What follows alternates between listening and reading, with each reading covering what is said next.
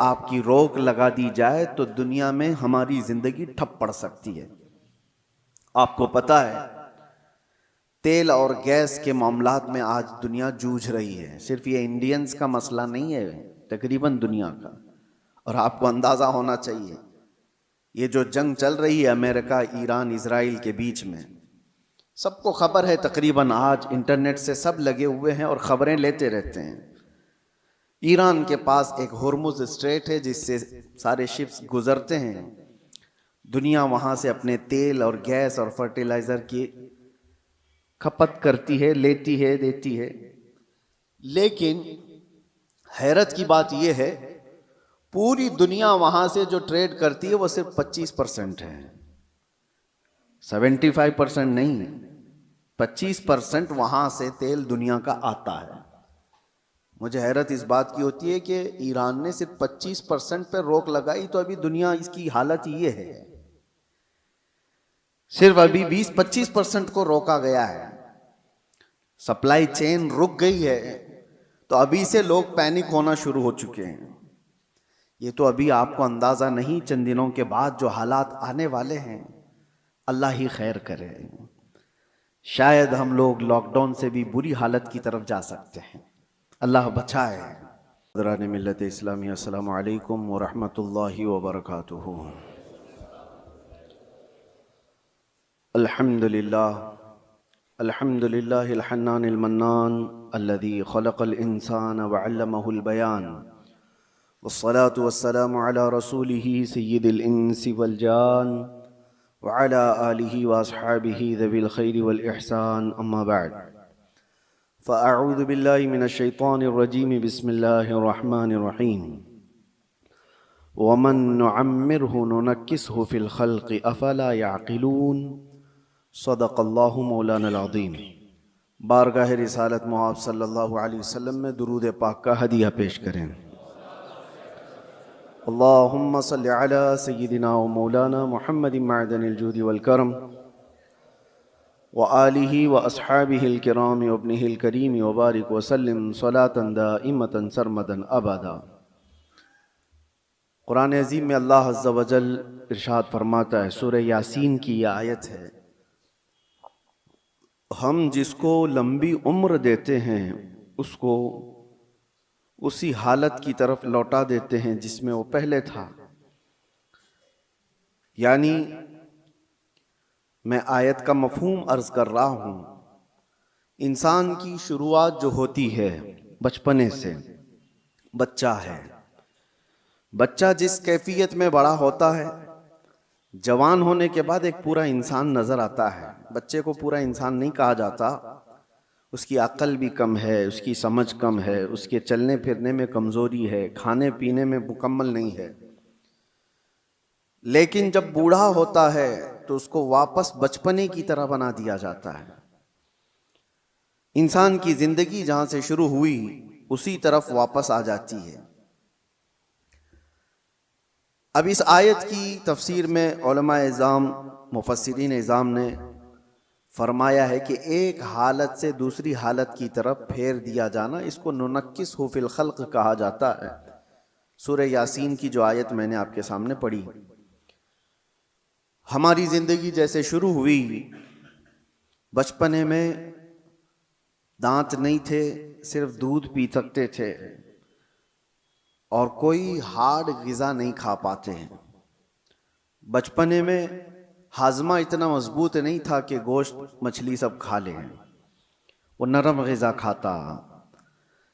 बचपने में वो खुद से चल नहीं पाता था, किसी के सहारे की ज़रूरत होती थी। बचपने में बोलने में ततलाहट आती, साफ साफ अल्फाज नहीं बोल पाता। छोटा बच्चा एक सवाल को बार बार करने लगता है, उसी चीज को बार बार पूछता है। छोटा बच्चा कभी कभार खुद से पेशाब पखाना कर लेता है, उसे एहसास नहीं हो पाता बिस्तर में, उसकी सफाई के लिए उसके साथ किसी की जरूरत होती है। अब हम आते हैं बचपने से, जब बड़ा हुआ जवानी में ये सारी चीजें उसकी परफेक्ट हो गई, लेकिन जैसी बुढ़ापे को पहुंचा फिर से वही हालत पर आया कि अब बूढ़ा भी दांत गिरने की वजह से हार्ड चीजें खा नहीं पाता। बूढ़े को भी नरम ग़िज़ा देनी पड़ती है। बूढ़े का भी हाजमा मजबूत नहीं होता कि हर चीज वो हजम कर ले जाए। बूढ़े के अंदर भी अब किसी के सहारे की जरूरत आ गई। इतनी कमजोरी आ गई कि खुद से खड़ा होकर के चल नहीं सकता, किसी के सहारे की जरूरत है। बूढ़े के अंदर भी भूलने की आदत आ गई है। बूढ़े के अंदर भी एक चीज को बार बार पूछने की आदत आ गई जो बच्चे के साथ थी। बूढ़े के अंदर फिर वो मकाम भी आ गया कुछ बूढ़ों को कि पेशाब पाखाना निकलने लगा और उनको पता भी नहीं चल पा रहा है। कंट्रोल खत्म होने लग गया जिस्म का। बिस्तर पर उनके पेशाब पाखाने भी हो गए। बहुत सारे बूढ़ों के साथ ये मामला होता गया। वे कहा कि इंसान जहां से शुरू हुआ था पलट करके वहीं आया है, उन्हीं हालात की तरफ उसे लाया गया है और फिर उसका खात्मा हो जाएगा। मैं ये बात इसलिए अर्ज कर रहा हूं कि गालिबन ऐसा लगता है कि दुनिया भी जिस अंदाज से शुरू हुई थी पलट करके उसी अंदाज पर आ जाएगी। आज के हालात हमें ये बता रहे हैं। अगर आज के ज़माने में किसी से कहा जाए कि दुनिया वापस अपने पहले मदार पर आ जाएगी, पहले कैफियत पर आ जाएगी, तो लोग हंसेंगे। दुनिया की पहली वाली कैफियत ये है, ज़मीन में बीज बो, फसल आए तो अनाज निकालो, चक्की में आटा पीसो और रोटी बनाओ और खाओ। ना कोई मशीन का तस्वुर। पत्थरों को टकरा करके आग जलाओ और दिए रोशन करो और घर को उसी से उजाला करो। यही पहली की कैफियत थी। कपड़े अपने हाथ से सिलो, बाकी कोई चीज नहीं थी। घोड़सवारी करो, कोई सवारी नहीं थी। न कार, न गाड़ी, न प्लेन, न ट्रेन, कोई चीज नहीं थी। जानवरों पर सवारी किए जाते थे। दुनिया की ये पहली कैफियत है। आज मैं अगर कहूं कि दुनिया की उसी पहली कैफियत पर वापस आना पड़ेगा तो लोग हंसेंगे। ऐसा कैसा पॉसिबल है? मुमकिन नहीं है। लेकिन मेरे अजीजों, आज मैं एक बहुत अहम बात आपके सामने रखने जा रहा हूं। हो सकता है दुनिया उसी पहली वाली कैफियत पर वापस आ जाएगी, उसी कैफियत पर जहां से शुरू हुई थी। आज के हालात देखकर यह लगता है पेट्रोल, मिसाइल और न्यूक्लियर वेपन्स के जरिए से पूरी दुनिया ऐसी तबाह हो रही है। ये तो अभी हथियारों का इस्तेमाल पूरा नहीं हुआ। जो हथियार ये सुपर पावर कंट्रीज बना करके बैठे हुए हैं, इनका अभी इस्तेमाल नहीं हुआ है। 1945 में जो न्यूक्लियर का इस्तेमाल हुआ था, उसका असर आज तक होता है जापान में, नागासाकी और हिरोशिमा में। आज से तकरीबन 70 साल पहले इस्तेमाल की हुई चीजों का आज भी असर है। नस्लें वहां की लंगड़ी लूली हैं। जमीन बंजर है कि कभी सब्जा नहीं उगेगा। और उस जमाने में बनाया हुआ वो न्यूक्लियर वेपन था। 70 साल के बाद तो टेक्नोलॉजी बहुत आगे बढ़ चुकी है। आज के इनके पास जो न्यूक्लियर वेपन है, जो दानिश्वर बताते हैं कि एक कंट्री ही जिसके पास न्यूक्लियर, अमेरिका हो या रशिया हो, वो 9 बार दुनिया को तबाह कर सकते हैं। पूरी दुनिया की बात कर रहा हूं। इतने हथियार वो जमा करके रखे हुए हैं। उनका तो अभी इस्तेमाल नहीं है, बड़े बड़े मिसाइल का अभी इस्तेमाल नहीं। लेकिन मैं आपको जो बात छेड़ा कि क्या दुनिया वापस अपने पहली कैफियत पर आएगी, मैं आपको बहुत कोई पेशन गोई करने वाला, प्रेडिक्शन करने वाला, उस अंदाज में भविष्यवाणी करने वाला उस अंदाज से नहीं बता रहा हूं। कराइन और कयास, आज एक ही एनर्जी पर आपकी रोक लगा दी जाए तो दुनिया में हमारी जिंदगी ठप पड़ सकती है। आपको पता है तेल और गैस के मामलात में आज दुनिया जूझ रही है। सिर्फ ये इंडियंस का मसला नहीं है, तकरीबन दुनिया का। और आपको अंदाजा होना चाहिए, ये जो जंग चल रही है अमेरिका, ईरान, इजराइल के बीच में, सबको खबर है। तकरीबन आज इंटरनेट से सब लगे हुए हैं और खबरें लेते रहते हैं। ईरान के पास एक हुर्मुज स्ट्रेट है जिससे सारे शिप्स गुजरते हैं। दुनिया वहां से अपने तेल और गैस और फर्टिलाइजर की खपत करती है, लेती है, देती है।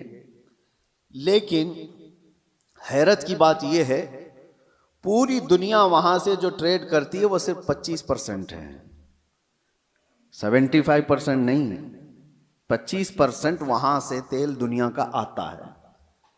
मुझे हैरत इस बात की होती है कि ईरान ने सिर्फ 25% पर रोक लगाई तो अभी दुनिया इसकी हालत ये है। सिर्फ अभी 20-25% को रोका गया है, सप्लाई चेन रुक गई है, तो अभी से लोग पैनिक होना शुरू हो चुके हैं। ये तो अभी आपको अंदाजा नहीं, चंद दिनों के बाद जो हालात आने वाले हैं, अल्लाह ही खैर करे। शायद हम लोग लॉकडाउन से भी बुरी हालत की तरफ जा सकते हैं, अल्लाह बचाए। ये तो सिर्फ 25% पर अगर किसी ने रोक लगाई है तो दुनिया पैनिक हो रही है। मेरे अजीजों, वो वक्त आएगा, मेरे आका सल्लल्लाहु ताला अलैहि वसल्लम ने जो क़यामत के करीब होने वाली निशानियां बयान फरमाई, उसमें से बड़ी निशानियों में एक निशानी ये भी है कि कत्ल और खून रेजी बहुत बढ़ जाएगी, इतनी ज्यादा कि एक बाप की अगर 100 औलाद हैं तो 99 मर जाएंगे और एक बचेगा। कत्ल और हर्ज इतना बढ़ जाएगा, माल की कसरत हो जाएगी, ये भी हदीस पाक में है, जो क़यामत की निशानियां हैं उसमें। और ये जो हालात हैं, अभी किसी ने एक हदीस भी सोशल मीडिया पर नश्र करके बहुत वायरल किया था, उस पर भी मैं आपसे गुफ्तगू करूं। एक हदीस मिलती है, इज़ा रअयतुम अमूद अहमर क़िबल अल-मशरिक़, जब ईस्ट की तरफ से, अब ये तो एरिया पूरा मिडल ईस्ट ही है, मशरिक की तरफ से तुम आग का सुतून देखो तो हुजूर फरमाते हैं फद्दखिरू ताम सनतिकुम, तो अपने 1 साल का खाना जमा कर लो।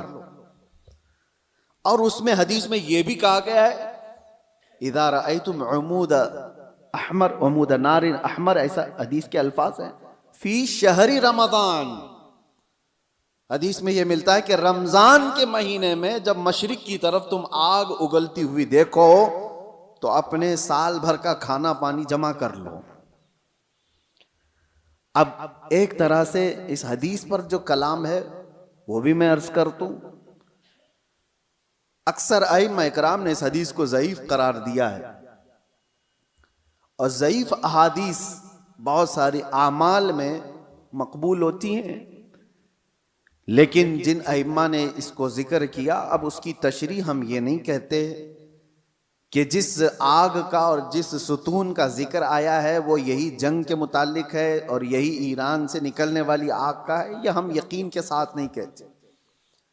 लेकिन अल्फाज ये मिलते हैं कि मशरिक की सिमत से अगर तुम आग का मीनार देखो, ये मिसाइल जब उड़ते हैं तो ये आग का मीनार ही बन जाते हैं, आग का सुतून बन जाते हैं। बहरहाल बहुत सारी अलामात ऐसी हैं मेरे अजीजों, जिससे ये अंदाजा तो है कि ये आपस में दुनिया को तबाह करेंगे, ये ताकतें टकराएंगी और दुनिया को तबाह करेंगी।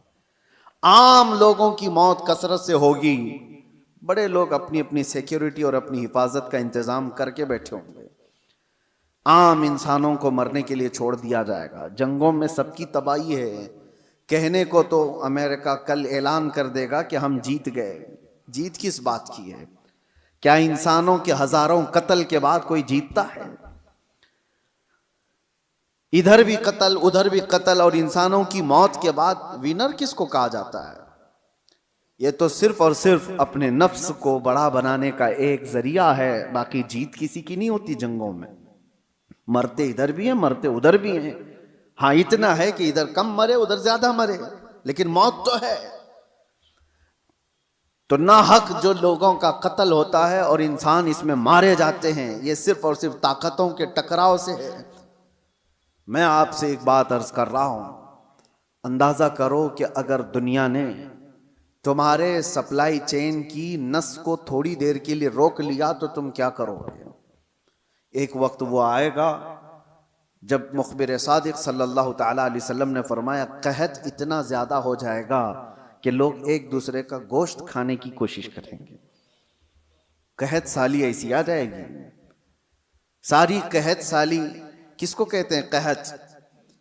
एक हदीस में तो मिलता है कि दज्जाल के आने से 3 साल पहले पहला साल ऐसा होगा कि जमीन 1/3 हिस्सा सब्जा उगाना रोक देगी और आसमान 1/3 हिस्सा बारिश बरसाना छोड़ देगा। और दूसरा साल ऐसा आएगा कि जमीन आधा हिस्सा सब्जा उगाना छोड़ चुकी होगी और आधा हिस्सा आसमान बारिश बरसाना रोक देगा।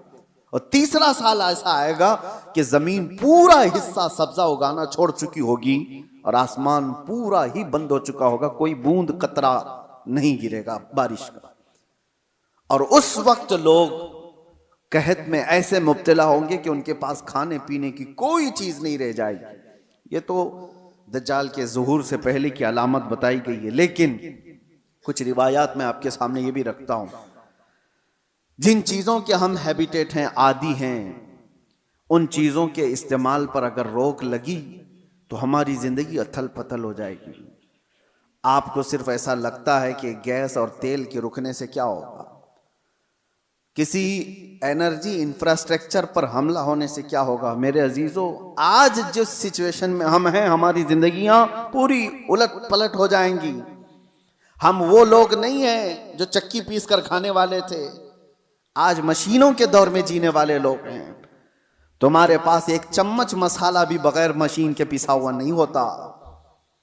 हर चीज के लिए तुम्हें एनर्जी की जरूरत है, हर चीज के लिए तुम्हें करंट और तेल और गैस की जरूरत है। ऐसी आदत हमें आज लगी हुई है। हमारा कोई खाना बगैर मशीनों से गुजरा हुआ नहीं आता, कोई खाना। हाँ, सिर्फ और सिर्फ कुदरती फल फ्रूट खा लिए तो अलग बात है, बाकी सारे जो खाने के जो हमारे आदात हैं ये बगैर एनर्जी प्रोसेस से नहीं आते हमारे पास। कल को जब ये सवारियां रुक जाएंगी, जब ये नकल व हमल एक जगह से दूसरी जगह जाने के ट्रांसपोर्ट और कम्युनिकेशन सब रुक जाएगा, तो लोगों के अंदर का एक पागलपन बाहर आएगा। ये तो ये इब्तिदा है। दूसरी एक चीज, आज से तकरीबन 9 साल कबल मैंने एक बयान में अर्ज किया था, क्रिप्टो करेंसी का जो यहां पर दुनिया में रिवाज लाने की कोशिश की जा रही है, उससे क्या होने वाला है। एक बात मैं आपको बताऊं, अनकरीब ऐसे हालात आएंगे कि आपसे आपका माल और दौलत सब खत्म कर दिया जाएगा। आपके जेब में जो ये सिक्के और पैसे हैं, एक दिन ये सब निकल जाएंगे। वैसे भी अभी आधे से कम रह गए आपके पास।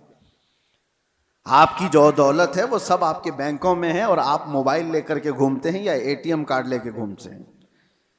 आपको बैंक ने सिर्फ इतना बताया, इतने डिजिट हैं आपके पास पैसे, आपको भी यकीन है 10 लाख रुपए आपने बैंक में जमा किया और 10 लाख का डिजिट आपको बैंक ने दे दिया आपके मोबाइल के मैसेज पर, और आपको यकीन है मेरे पास 10 लाख हैं। पकड़ने में कुछ भी नहीं आपके पास, और ना ही रोज जाकर के आप बैंक का मुशाहिदा कर रहे हैं कि मेरे जो नोट दिया था वो है कि नहीं है कि नहीं है। आपको उससे कोई मतलब नहीं।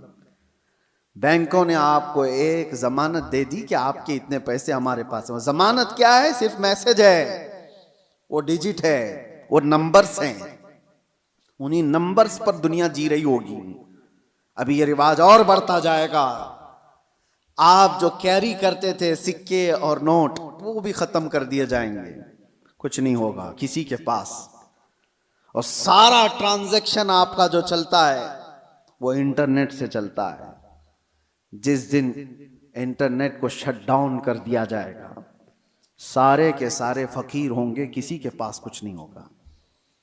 उनके हाथों में ना कोई रकम होगी ना कोई पैसा होगा, क्योंकि सब कुछ उनको बताया गया था कि बैंक में इतने डिजिट हैं हमारे पास। इसकी क्या श्योरिटी है कि कभी इंटरनेट बंद नहीं होगा? इसकी क्या गारंटी है? मेरे अजीजों, इसीलिए पहले के दौर में लोग दिरहम और दीनार रखते थे। दिरहम और दीनार क्या होते हैं? दिरहम चांदी का सिक्का होता था और दीनार सोने का सिक्का होता था। हुकूमतें चाहे जितनी भी बदल जाएं, दीनार को आप मेल्ट करते तो सोने की वैल्यू हमेशा रहती, चांदी की वैल्यू हमेशा रहती। लेकिन यहूदियों ने दिरहम और दीनार को हटा करके करेंसी नोट लाए। कागज के टुकड़े जो आज हमारी जेब में हैं, 100 का है, 200 का है, 500 का है, 2000 का, जो भी नोट हैं, डॉलर हो कि यूरो हो कि पाउंड हो कि रुपया हो, सब कागज पे हैं। और इस कागज की वैल्यू सिर्फ इसलिए है कि गवर्नमेंट ने कहा है इसकी इतनी कीमत है। और जिस रात को ऐलान कर दे कि कल से ये नोट नहीं चलने वाली, वो सारे कचरे के भाव में भी नहीं जाते। वो कागज के टुकड़े हैं, रद्दी पेपर हो जाएंगे जिस दिन ऐलान हो जाए। और हो चुका हमारे यहां तो एक बार रात में ऐलान हो गया कि 500 की नोट, 1000 की नोट बंद हो गई, खत्म हो गया। वो पेपर कहां है आज? या उस वक्त के 2016 से पहले के वो 500 1000 की नोट ले आओ, आपको पकड़ के ले जाएंगे लोग। उसकी कोई वैल्यू नहीं है, उसकी कोई हैसियत नहीं। तो वो कागज के टुकड़े। तो पहले दुनिया दिरहम और दीनार से कागज के टुकड़े पे आई, कागज के टुकड़ों से फिर एटीएम कार्ड पे आई, फिर कार्ड भी कैरी करने की जरूरत नहीं, अब सिर्फ मोबाइल में आई। आप मोबाइल से सारा ट्रांजैक्शन करो, इधर से मैसेज उधर गया, उधर से मैसेज इधर आया। बाकी हैरत होती है, कभी हम टैक्सी में बैठे हैं, 500 रुपये हो गए, ना मैंने जेब से कुछ निकाला ना उसने लिया, इधर से मैसेज उधर गया, उसको भी यकीन है मेरे पास 500 आ गए। मेरे पास भी वही मोबाइल, उसके पास भी वही मोबाइल, मोबाइल मोबाइल।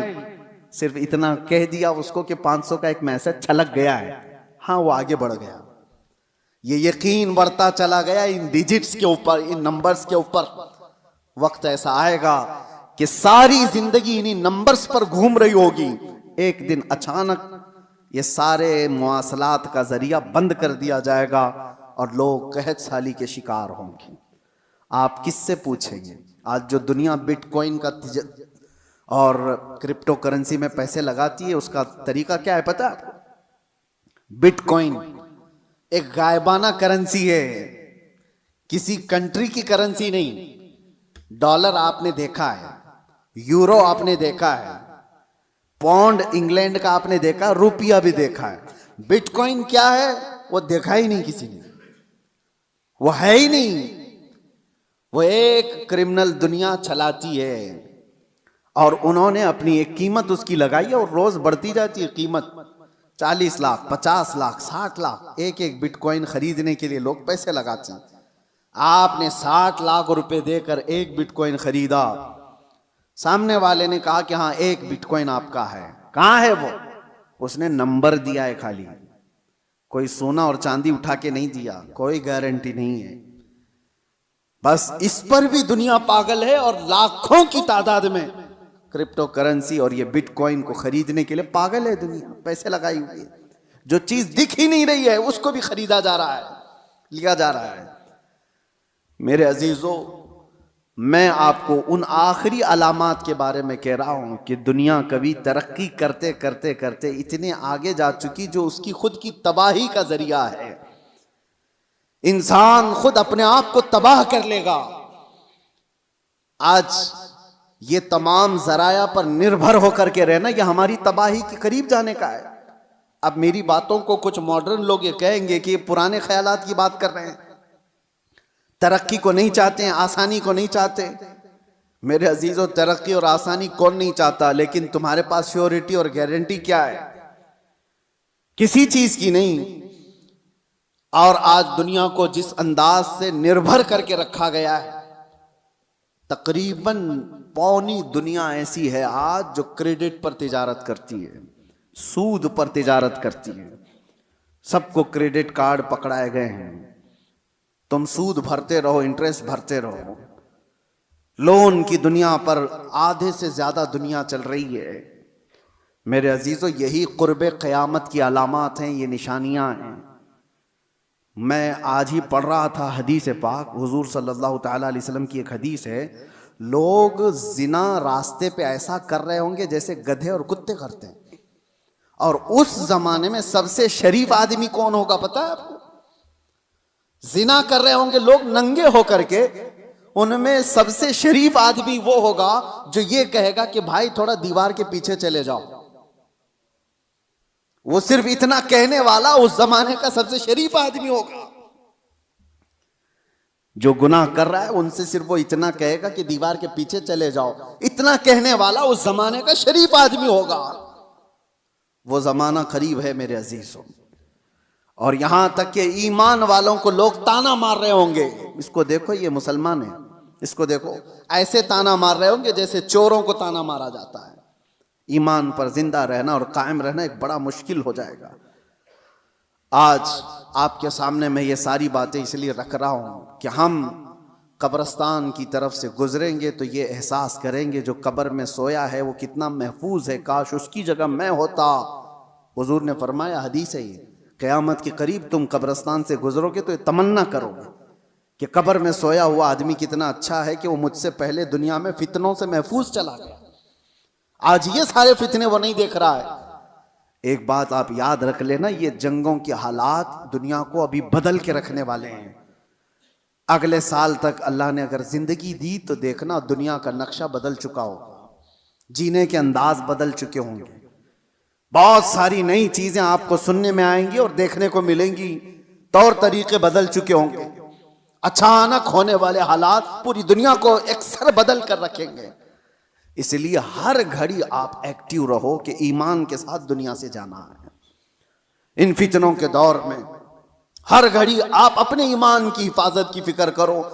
अब जो दौर आ रहा है इससे खतरनाक दौर दुनिया की इब्तिदा से लेकर अब तक नहीं आया, कभी नहीं। इससे ज्यादा खतरनाक दौर कभी पहले नहीं आया। जो आने वाला है वो दज्जाल के ज़हूर का जमाना है। नबी अकरम सल्लल्लाहु अलैहि वसल्लम ने फरमाया, रुए जमीन पर सबसे बड़ा फितना होगा दुनिया का। और नबी आखिरुज़्ज़मा खुद दुआ करते थे अल्लाह की बारगाह में कि अल्लाह मुझे दज्जाल की फितनों से महफूज रख। तो सैयदुल अंबिया जिसकी दुआ करके पनाह मांगते हो, हमारा हशर क्या होगा, हमारा हाल क्या होगा। जिसको बचने की फिक्र होगी अल्लाह उसकी हिफाजत करेगा। जो बचने की फिक्र ही नहीं करता हो, खौफ ही ना हो उसके दिल के अंदर, फिर तो वो खत्म हो जाएगा। अब मैं एक और हदीस बयान करके मेरे अपने मौजू के सिलसिले में, मैंने आज क्यों छेड़ा इसको, ईरान, अमेरिका, इजराइल, ये दुनिया में अभी सबकी जुबानों पर चल रहे जंग के हालात हैं। इस दौरान मैंने हदीस ये पढ़ा कि दज्जाल के जाहिर होने का वक्त जो है वो अल्लाह बेहतर जाने, लेकिन जो जगह है नबी पाक सल्लल्लाहु अलैहि वसल्लम ने फरमाया वो भी ईरान की तरफ से ही जाहिर होगा। दज्जाल के जाहिर होने की जगह जो बताई गई वो मशरिक की तरफ से जाहिर होगा। ईरान का एक शहर है इस्फहान। नबी पाक सल्लल्लाहु तआला अलैहि वसल्लम फरमाते हैं, यतबउद दज्जाल मिन इस्फहान 70 अल्फन। हुजूर फरमाते हैं इस्फहान शहर से 70,000 यहूदी दज्जाल की फौज में शामिल होंगे। अब ये इस्फहान कहाँ है? इस्फहान तो ये ईरान का शहर है। 70,000 यहूदी हैं यहां पर? नहीं, लगते तो नहीं है, लेकिन हदीस पाक है। अल्लाह के नबी सल्लल्लाहु अलैहि वसल्लम ने फरमाया 70,000 यहूदी दज्जाल की जमात में दाखिल होंगे। वो ईरान के इस शहर से दाखिल होंगे, उसकी फौज में आएंगे। हो सकता है लोग मेरे इस बयान को यूं कह रहे हो कि ये ईरान के खिलाफ बोल रहे हो। मेरे अजीजों, आज जिन हालात और जो कैफियत को हम देख रहे हैं, हम मजलूमों के साथ खड़े, जालिम के साथ कभी नहीं खड़े होंगे। इस्लाम की खासियत है ये, जालिम के साथ कभी नहीं खड़े होंगे। जालिम अमेरिका है, जालिम इजराइल के यहूदी हैं, पूरी दुनिया को इन्होंने जुल्म की चक्की में पीसा है। लेकिन ईरान की जो कैफियत होगी, 70,000 यहूदी वहां से निकलेंगे और दज्जाल की जमात में आएंगे, तो इतना लगता है कि गालिबन ईरान पर यहूदियों का ऐसा कब्जा होगा, तभी तो वहां 70,000 यहूदी होंगे। वो दौर आएगा। आज जिस हालत में ईरान लड़ रहा है, चंद बातें लोगों को खुश कर रही हैं। ईरान ने इतना ठोका, इतना मारा, हो सकता है, और यहूदियों को और सुपर पावर को घुटने टेकने पर मजबूर किया। ये वक्ती ताकत हो सकती है और अल्लाह कामयाबी दे, हम इसके खिलाफ नहीं हैं। लेकिन हदीस पाक, मुझे इस हदीस पाक से ये लगता है वो वक्त आएगा जब ईरान पर यहूदियों का एक गलबा होगा, तभी तो वहां से दज्जाल की जमात में लोग शामिल होंगे। दूसरी हदीस ये भी मैं बताऊं, इमाम मेहदी जब जाहिर होंगे तो फरमाएगा इमाम मेहदी की जो फौज होगी वो कुस्तुनतुनिया को फतह करेगी। कुस्तुनतुनिया क्या है? कॉन्स्टेंटाइन जिसको कहा जाता है, ये इस्तांबुल शहर है जो आज का टर्की का शहर। अब हदीस सुनो, इस्तांबुल शहर क्यों फतह होगा? वहां तो मुसलमान है। आज जो हालात हैं इस्तांबुल में, अजानों की आवाजें गूंज रही हैं, लोग नमाज पढ़ रहे हैं, फिर इमाम मेहदी क्यों फतह करेंगे? लगता इससे भी यह है कि यह भी शहर मुसलमानों का नहीं होगा उस वक्त, ये भी ईसाई और यहूदियों के हाथ में जा चुका होगा और इमाम मेहदी के ज़माने में उसको फतह किया जाएगा। और हदीस के जो अल्फाज मिलते हैं, तरतीब, पहले क्या होना है? इमाम मेहदी ज़ाहिर होंगे, वो दिमश्क की तरफ लोगों को लेकर जाएंगे और फिर ये जंग होगी और फतेह कुस्तुनतुनिया होगा, यानी इस्तांबुल फतह होगा। वो तो सिर्फ 2 तकबीर पर फतह हो जाएगा, ये रिवायत में मिलता है। इमाम मेहदी और मोमिनीन की जो जमात है वो शहर के बाहर खड़े होकर अल्लाहु अकबर कहेगी, आधा शहर फतह हो चुका होगा। दूसरी बार अल्लाहु अकबर कहेंगे, शहर फतह हो चुका होगा। बड़ी जंग का जिक्र नहीं है। और फतह हो चुका होगा, उसी वक्त ये अफवाह फैल जाएगी दुनिया में कि दज्जाल जाहिर हो गया है और उसका फितना मशहूर हो गया है। तो इमाम मेहदी के साथ जो लोग होंगे वो दज्जाल के मुकाबिल में वहीं से निकलेंगे। तो इमाम मेहदी के मुतालिक जो बात है, अभी जो मैंने कहा कुस्तुनतुनिया, ये भी इस्तांबुल शहर उस वक्त शायद हम मुसलमानों के हाथ में नहीं होगा, तभी तो फतह होगा। और तीसरी एक खास बात, जो बात मैंने छेड़ा था, हुजूर फरमाते हैं जो मुजाहिदीन उस आखिर ज़माने की जंग में शरीक होने वाले हैं, हुजूर फरमाते हैं अल्लाह ने उन पर आग को हराम फरमा दिया। रुए ज़मीन के बेहतरीन लोग होंगे जो इमाम मेहदी की फौज में शामिल होकर मुकाबला कर रहे होंगे दज्जाल से। लेकिन साथ में हुजूर फरमाते हैं, अब सुनिए तवज्जो, जिस जुमले पर मुझे बहुत ज्यादा ताज्जुब है, फरमाते हैं हुजूर कि मैं यहीं से उनके घोड़ों के रंग को भी देख रहा हूं। नबी पाक सल्लल्लाहु ताला अलैहि वसल्लम मुखबिर सादिक हैं, वो गैब की खबर जानते हैं, बाद के हालात देख रहे हैं, अल्लाह ने उनको इल्म अता किया। ये सब अपनी जगह पर, यह हमारा अकीदा है। लेकिन इस जुमले पर तवज्जो करें, क्या उस जमाने की फौज घोड़े पर बैठी होगी?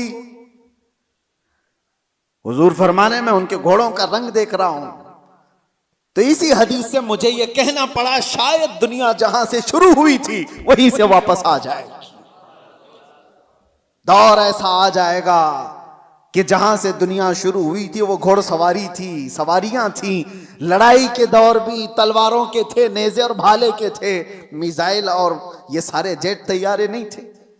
इसीलिए एक मशहूर साइंसदान आइंस्टाइन की बात मैं कोई अपने हवाले के लिए या मेरी तायीद के लिए नकल नहीं कर रहा हूं, लेकिन मशहूर है जमाने में। उसने कहा था 3rd वर्ल्ड वॉर कैसे होगी ये मुझे पता नहीं, लेकिन 4th वर्ल्ड वॉर होगी तो लकड़ियों से लड़ी जाएगी। तो उससे पूछा गया ऐसा क्यों?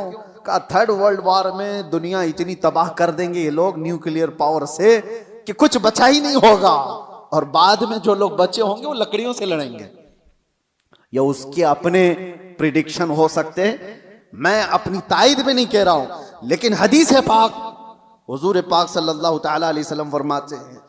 और ये एक हदीस ये भी है कि दज्जाल जिस गधे पर सवार होगा, वो भी हदीस में उसका जिक्र है कि वो 1 मील तक एक कदम रखेगा, और उसकी भी सवारी का जिक्र है।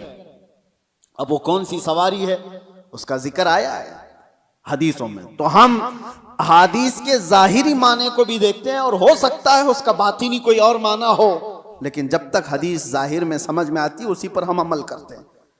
आखिर ज़माना शायद वैसा आने वाला हो। इसलिए मेरे अजीज़ों, बहुत तरक्की पर जो आज उरूज पर लोग नाज करते हैं, शायद दुनिया उनको पटक देगी, दुनिया उनको वापस उनके नशे के गुरूर को मट्टी में मिलाकर रख देगी। आज जिनके पास पेट्रोट मिसाइल हैं, जिनके पास चांद में जाने की सलाहियत, जिनके पास मरियन पनडुब्बियां ऐसी के समंदरों को चीर करके निकलने वाली सारे हथियार, सब कुछ था इनके पास, लेकिन जिस दिन ये सारी टेक्नोलॉजी मार दी जाएगी, खत्म कर दी जाएगी, ये किसी और के जरिए से नहीं, तुम आपस में मार लोगे एक दूसरे को। तुमने भी हथियार बनाए, हमने भी हथियार बनाए, दोनों मार लेंगे, एक दूसरे को खत्म कर देंगे। फिर जीने का सलीका वही होगा जो इंसानों के इब्तिदाई जमाने में था। इंसान दुनिया में जिस तरह से बगैर लिबास के सादा सा आया था, उसी अंदाज से फिर जीने का तरीका सीख लेगा और दुनिया वहीं पर आ जाएगी। और एक हदीस हुजूर पाक सल्लल्लाहु तआला अलैहि वसल्लम ने आखिरी वक्त के मुतालिक जो फरमाया कि क़यामत जब आएगी तो क्या हालत होगी उस वक्त, और हुजूर ने फरमाया सिर्फ शरीर लोगों पर, कुफ्फार और मुशरिकीन पर क़यामत आएगी, ईमान वाले खत्म हो चुके होंगे, हत्ता कि काबा शरीफ भी जला दिया जा चुका होगा। हदीस पाक में मिलता है काबा को खत्म करने वाला एक हबशी शख्स आएगा, कुरान उठा लिया जाएगा रुए जमीन से।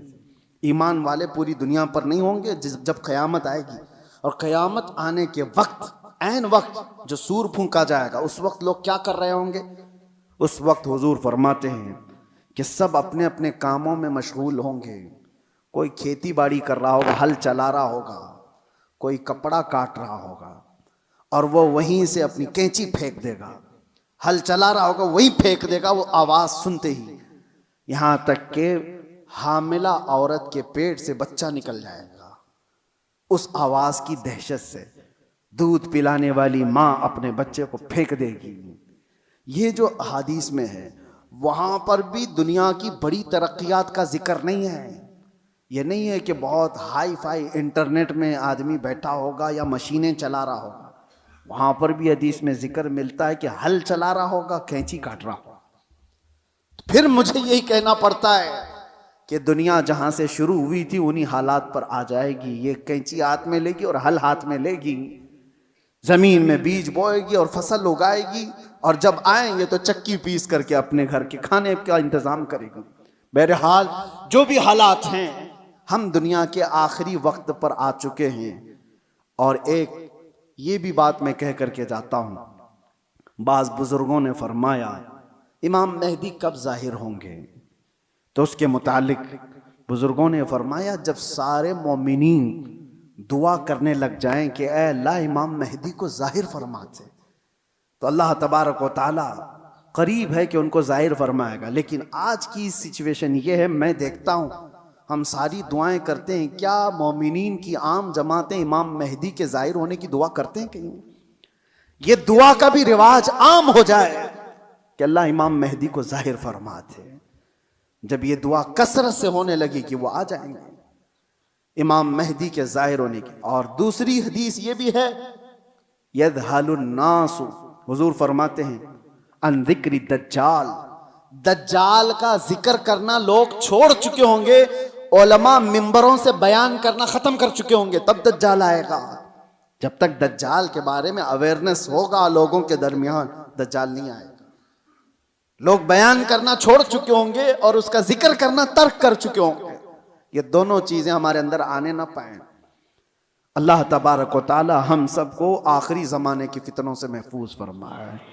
आज जो होने वाले हालात हैं उसके लिए आप अपने अपने इंतज़ामात में, लोग आज अपना राशन पानी सब जमा कर रहे हैं, मैं कहता हूँ अपना ईमान भी जमा करके रखो, अपने आमाल और अपने अकीदे की हिफाजत करो। कल के आने वाला दौर, एक दिन दो दिन रोटी ना खा करके अगर आप रह भी जाओगे, लेकिन ईमान के बगैर दुनिया से जाओगे तो हमेशा जहन्नम में जलाए जाओगे। ईमान की हिफाजत भी आज उतनी ही ज़रूरी है, इसलिए कि आदमी जब मुसीबतें आती हैं तो इनकार खुदा कर बैठता है, वो लोगों के पीछे चल भागता है।